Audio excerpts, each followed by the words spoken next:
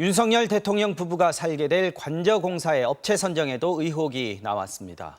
공사 현장이 서울 한남동이 아닌 세종시로 돼 있는 입찰 공고가 떴고 2시간 만에 수의 계약으로 한 업체가 선정된 걸로 확인이 됐는데 한 언론은 이 업체가 김건희 여사의 과거 전시와 관련된 업체 아니냐는 의문을 제기했습니다. 이정은 기자가 취재했습니다. 정부가 발주한 공사 입찰 내역을 볼 수 있는 나라장터 사이트입니다. 행정안전부가 주택 인테리어 공사를 공고했습니다. 12억 2,400만 원짜리로 공사 현장은 세종특별자치시, 입찰 방식은 경쟁 입찰이 아니라 수의 계약이었습니다. 지난 5월 25일 11시에 입찰을 개시해 1시간 만에 마감됐고 오후 1시에 개찰, 그러니까 2시간 만에 업체가 선정된 걸로 나옵니다. 그런데 이 공사는 윤석열 대통령 부부가 이사하게 될 서울 한남동 관저 수리공사인 것으로 드러났습니다. 무슨 공사인지 알 수 없게 제목을 쓴 데다 공사 현장을 세종시로 썼습니다.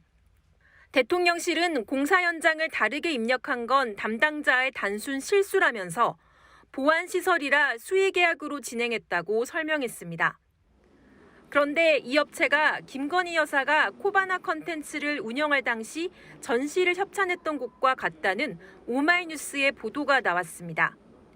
2016년 르코르비지 예전, 2018년 자코메티전에 협찬했던 업체들이 관저 인테리어 공사와 감리를 맡았는데 여기에 김 여사와의 친분이 작용한 것 아니냐는 의혹입니다. 의혹이 제기된 업체들을 찾아가 봤습니다. 관계자라니 손님입니다. 거기에는 사무실 쓰고 계신 건데 여기는 계약을 해주고 계약할 때 뭐지 한 번도 안 왔어요. 대통령실은 보안상의 이유로 이 업체들이 공사를 담당했는지 여부는 확인해 줄 수 없다고 밝혔습니다. 그러면서도 언급된 업체들이 과거 코바나 컨텐츠 전시에 관계된 것은 맞다면서 당시 전시회 인테리어 공사를 담당했고 감사의 뜻으로 이름을 올린 걸로 안다고 해명했습니다. 야당은 대통령 관저가 사적 공간은 아니라며 의혹을 밝혀야 한다고 비판했습니다. 과거 어느 역대 정부에서도 들어본 바 없는 권력 사유화의 전형입니다. 대부분 비공개 깜깜이 계약으로 진행되고 있는 대통령실 이전 공사와 관련된 의혹에 대해 진상을 철저히 밝혀야 합니다.